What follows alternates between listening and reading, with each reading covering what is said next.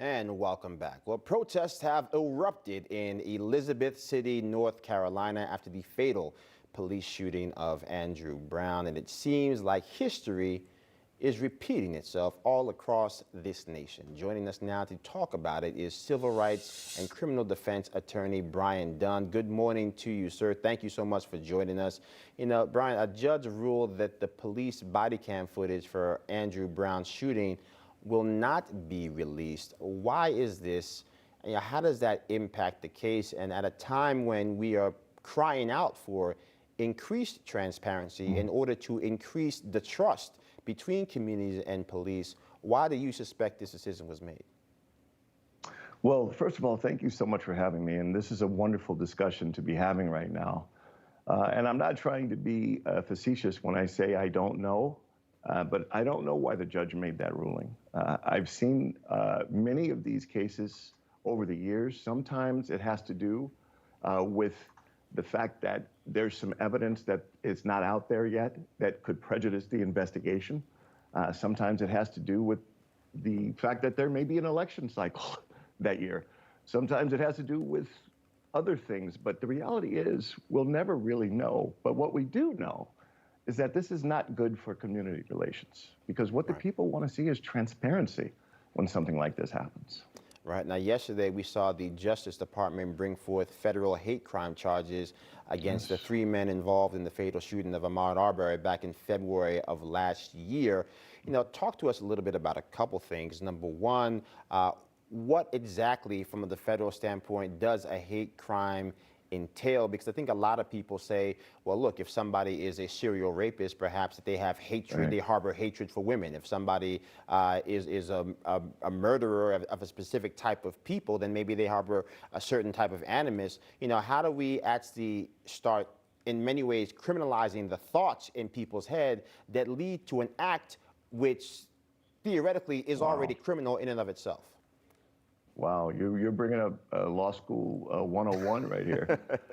Well, you know, anytime you have a crime, you have to have the criminal act, which they call mens rea, and the criminal, well, the criminal act is actually actus rea, and the criminal intent is mens rea. The bottom line is, one of the hardest things to prove in any case at all is what was a person's state of mind and what was their intent.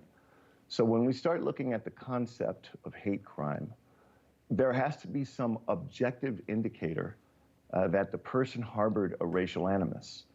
Now, as we all know, a lot of times a racial animus can be harbored without there being any evidence of it. And that probably is the way that it would happen most of the time in human interactions. But when we look at the hate crime, there has to be something that they're seizing upon. And in the age that we're in now, it could be something from social media. It could have been a post on a platform that may have happened, predated this incident by a long time, but they have to have something there to bring this charge, because the feds usually act very slowly, but when they finally get around to acting, they usually have their ducks lined up. Yeah, now you talk about the conviction rates of at the federal level. Again, most of those people either pleading out or being found guilty. That's just the nature of how our federal system works. It seems as if we said at the top, prosecutorial agency. Now, again, we talk about the fact that it feels as if we're going full circle. It can feel as if we're nowhere. We're just where we started. This day in 1992 was the Los Angeles Riots. Do you find it tough to swallow in many ways that we seem almost trapped in this vicious loop where we haven't actually been able to have the conversation for us to have that grace and compassion for our neighbor? Well, I have a little bit of a different take, because when I started in 1993, it was way different than it is now. It is very easy to say that we haven't made progress, but when I started, if you just take the LAPD alone, they had more than twice the amount of shootings that we see now. And I think historically, nationwide, the trend has been downward. A lot of it has to do with mental illness training in the field officers. But we still have a long way to go. And I'm not trying by any stretch to say that we've arrived, but we have made significant progress. And when we think about some of the things that we're doing now, we are just now as a nation starting to fundamentally, question on a molecular level why police kill, and question whether or not this is something that we want to continue doing. Now, in many communities, this has been a question that has been being asked for decades. Right. But it seems as though the nation is finally getting around to answering the call and saying, look, why do these happen?